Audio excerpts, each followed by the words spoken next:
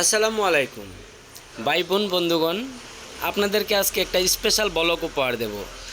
আমরা আজকে চলে আসছি আখাউড়া বাইপাস কাবাব বাড়ি রেস্টুরেন্ট। আমরা ভুলের বশতে এখানে গাড়ি একদম খাবার যেই জায়গায় সার্ভ করে ওইখানে নিয়ে আসছি।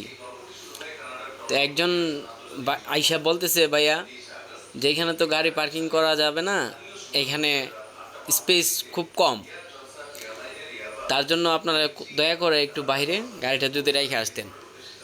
তো তাদের সাথে আমরা অনেকক্ষণ কথা বললাম যে বাইরে যদি আমরা বাইক রাখি তাহলে বাইক পাহারা দিবে কে। তারা বলতেছে আমরা তো জানি না। তো এটা তো কোনো রেস্টুরেন্টের রুলসে পড়ে না।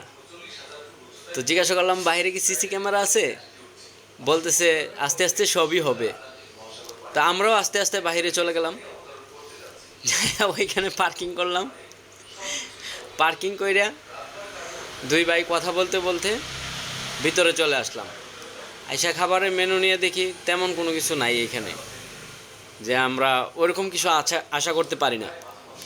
যাই হোক, তারপরও গ্রাম্য এলাকায় ভালো কিছুই আছে। তা আমরা চয়েস করলাম ফ্রাই রাইস। আমরা তিন ভাই আর এক বন্ধু মিলে ফ্রাই রাইস অর্ডার করলাম। এখন দেখি, আমরা অপেক্ষায় আছি কখন আসে। আমাদের কাছে থেকে সময় নেওয়া হয়েছিল 15 মিনিট, প্রায় 20 মিনিটের মতো হয়ে গেছে, এখনও আসতেছে না। সাইফুল ভাই তো একদম, আর কি বলবো। যাই হোক, সাইফুল ভাই বলতেছিল যে একটু তাড়াতাড়ি করার জন্য। তো যাক, এখন চলে আসছে। তো ইনশাল্লাহ এখন আমরা খাবো। আমি আপনাদেরকে ব্লগ দেখাইতে দেখাইতে খাবার আমার ঠান্ডা হয়ে যেতেছে। তা আমিও দ্রুত যাই, আমার ভাইও ডাকতেছে যাওয়ার জন্য। তো একটা হইলো আমার চাচাতো ভাই, আর একটা ফুফাতো ভাই, আর সাইফুল হইলো আমার বন্ধু। তো ভালো থাকবেন সবাই। ওকে, আল্লাহ হাফেজ, বাই বাই।